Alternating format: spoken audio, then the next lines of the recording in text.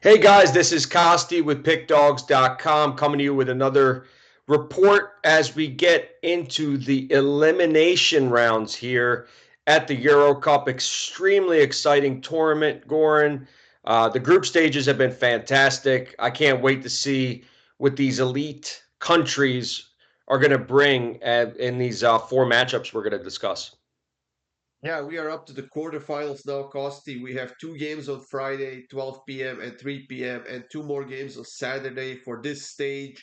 Some big teams got knocked out, some big teams are still in it, but there's that one matchup that really makes me sad. And seeing that either Spain or Germany will be going home after Friday, it's definitely disappointing because by far they have been the best teams in the tournament so far and the most competitive as well.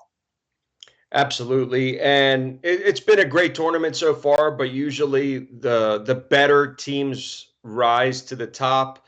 Unfortunately, in this bracket format, we got all the best teams basically on the top half of the bracket, so they're going to be fighting it off, fighting each other before they meet the other side in the final. But in this first game, and before we get into it, if you're looking to get all of our top handicapped games, because we give out all of our opinions for free on this video. We are the number one watched sports betting community and on YouTube. We have over 194,000 subscribers for a reason because we give out all the predictions for free. Now, if you actually want to know the games that we're betting on, that is called our Golden Boot VIP pass. That is not just centric toward Euro or Copa. It's MLS. And as soon as the club soccer starts, it's going to be that as well. We're getting access. Right now, Goran is giving me picks in Norway, in Iceland, and that's just going to only expand as the conferences, as these leagues start up in August, September. So if you're looking for a scaled system, this is only for high rollers. So if you could bet at least 500, 1,000 a game, definitely shoot that number a text that goes directly to my cell phone and I'll personally call you back. And if you're just looking, if you're a smaller better and you're looking for Goran's best bets, head on over to pickdawgz.com, click the premium picks tab. You'll see Goran's name. It's very affordable, it's daily, but it's not going to give you a scaled model like we've been doing with the Euros. So just wanted to put that out there. If you guys are interested, if anything, hit the like button or subscribe to the channel. You're going to get free predictions, not only in soccer, but everything else. But in this specific video series, we're going to break down the Euros. So let's get right into it, Goran. We have Spain versus Germany. What a matchup. I said before the tournament started that Germany was going to be the team to beat. Tough to beat on home soil, but outside of that, they're probably playing the best soccer, period. I know Spain is capable, but I think it's going to be too much firepower. If Spain can get them to extra time and then potentially the penalty kicks, then Spain will have the favorite. But I just don't believe that's going to happen. I think Germany wins this one 2-1, 1-0, something like that. That just what I think going into it. They're just too strong right now and too cohesive of a team. What do you think about this one? Yeah, definitely. That home advantage is going to be massive for Germany in this game, definitely.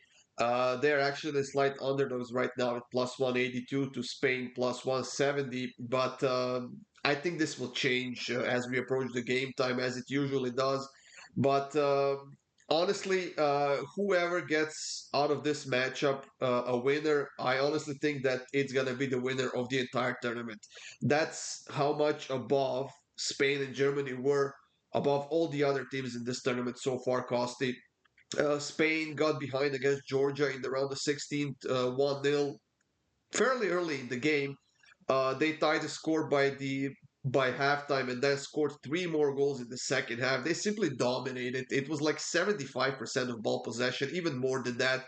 I believe they had like 14 shots on target or something like that. So it was a dominant performance by Spain. But then again, you have to wonder if they can put up that type of a performance against a great team like Germany is, who have some outstanding players. They have the youth, they have the experience, they have the depth. I think they will need to adapt their strategy a little bit more towards Spain, maybe put on a different striker. But overall, yeah, I think Germany has a really good chance in this game, if I'm being honest.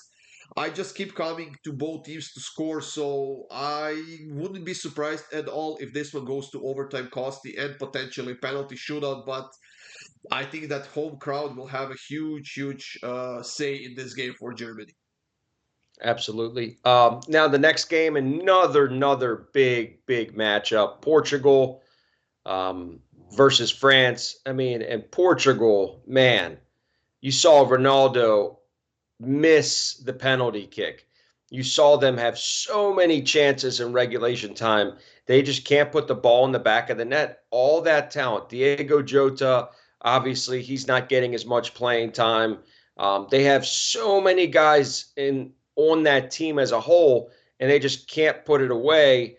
Then you talk about France. France struggled for most of the game, but they were playing a very tough team. I think Mbappe does have a much better turnout this game than last game. I think they're going to definitely be able to be more creative. I mean, France looked a little stagnant at times. I know they got the job done late, but at times they look very stagnant. Another exciting one here is this Ronaldo's last stint for the Portugal team, or are the Frenchman going to actually get the job done here? I predict this one to go to a draw. I think it's going to go to extra time and to obviously that extra 2 periods and overtime, and then to potentially, if somebody gets a goal there, they'll probably win, but otherwise it can go to penalty kicks. I like a 1-1 draw in this game.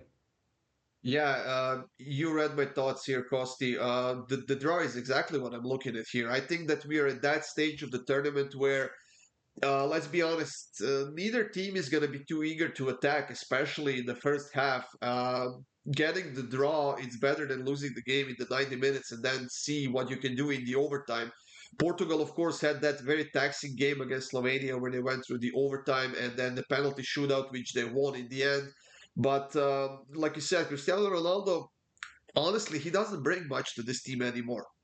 Yes, he was one of the best players in the world ever. He's a fantastic goal scorer. He used to be, at least. But in the tournament soccer, he took 60 free kicks. He scored one. And he keeps taking free kicks. Now, that is a potentially a chance that one of your teammates could maybe score. So I don't know what's he thinking about that and whatever. But yeah, I think this is his last major tournament for Portugal. I think he's done after this. But honestly, I don't think that they have the quality. Well, maybe they do have the quality, but right now they certainly do not look like they could go toe to toe with France, especially in the long range, potentially in the overtime. But 1-1 game, honestly, if we are lucky, Costi. But honestly, nil-nil looks very appealing to me in this game. There you have it. And then the next one, we have Switzerland against England.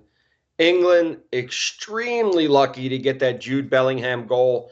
And right before, it was basically an extra time. I think it was 90 plus 3 when he got that goal. Uh, they got there, then they did the job in extra time. So you got to take your hats off to England for competing till the end. But I think this is the end of the road for them. I like Switzerland all day in this one. Between the fact that they can defend, they can control the midfield, and they have enough firepower, I think they are going to confuse England. I don't think England brought enough midfielders to this tournament. I said this before the tournament started with the roster that they brought out there. And I'm not sold on them. They could have easily lost that last game. So I'll happily take my chances with Switzerland in this one. Strictly from the value standpoint, if nothing else, you have to go with Switzerland. They have been much more effective.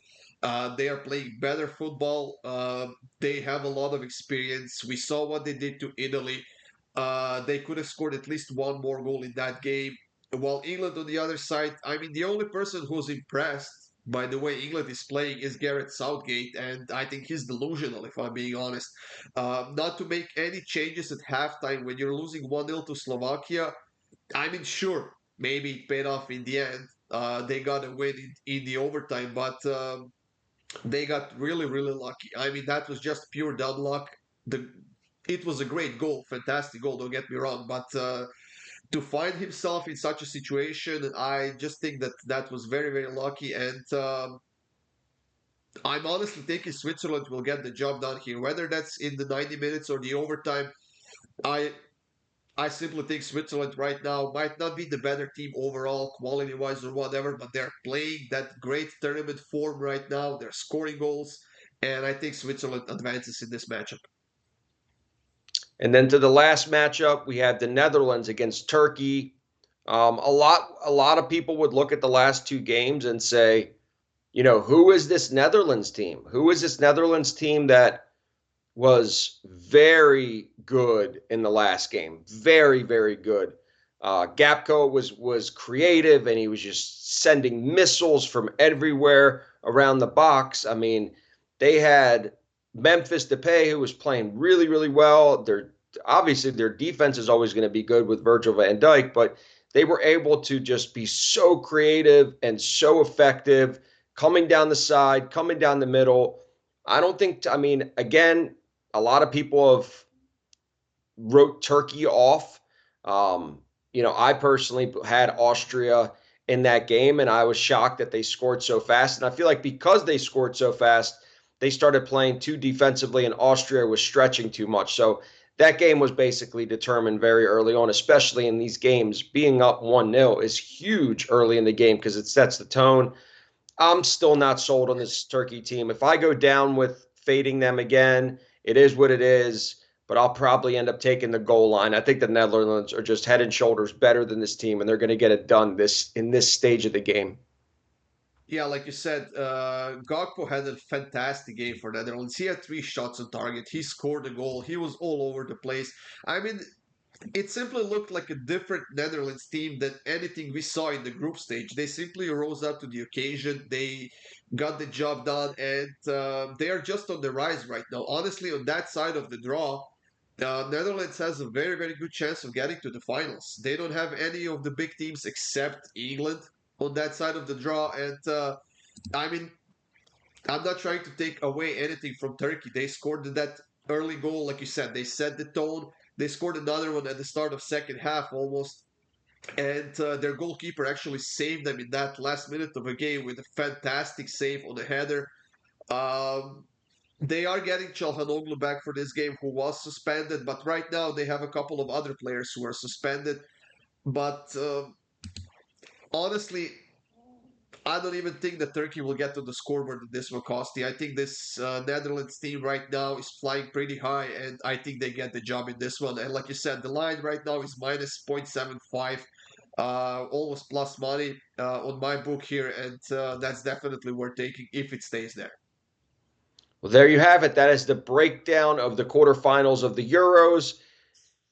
Like I said, if you want access to all of our big, big ticket bets that we're betting ourselves, we have a very custom 101 service only for high rollers. So that phone number that you see on the screen, shoot that number a text that goes directly to my cell phone. I'll personally call you back. All you have to do is send the text goal. I will call you back. And again, if you're interested in growing your bankroll and you're a huge soccer fan, this is a great opportunity to take it to the next level, and really because you guys asked for it. So, Goran, thank you again so very much. We'll be back with the semifinals with another Euro, but for now, let's enjoy these four games. That's it, Costa. Thank you, and thank you for having me. And you heard it, guys. Stay tuned for more, of course, and sign up for that Golden Boot VIP access.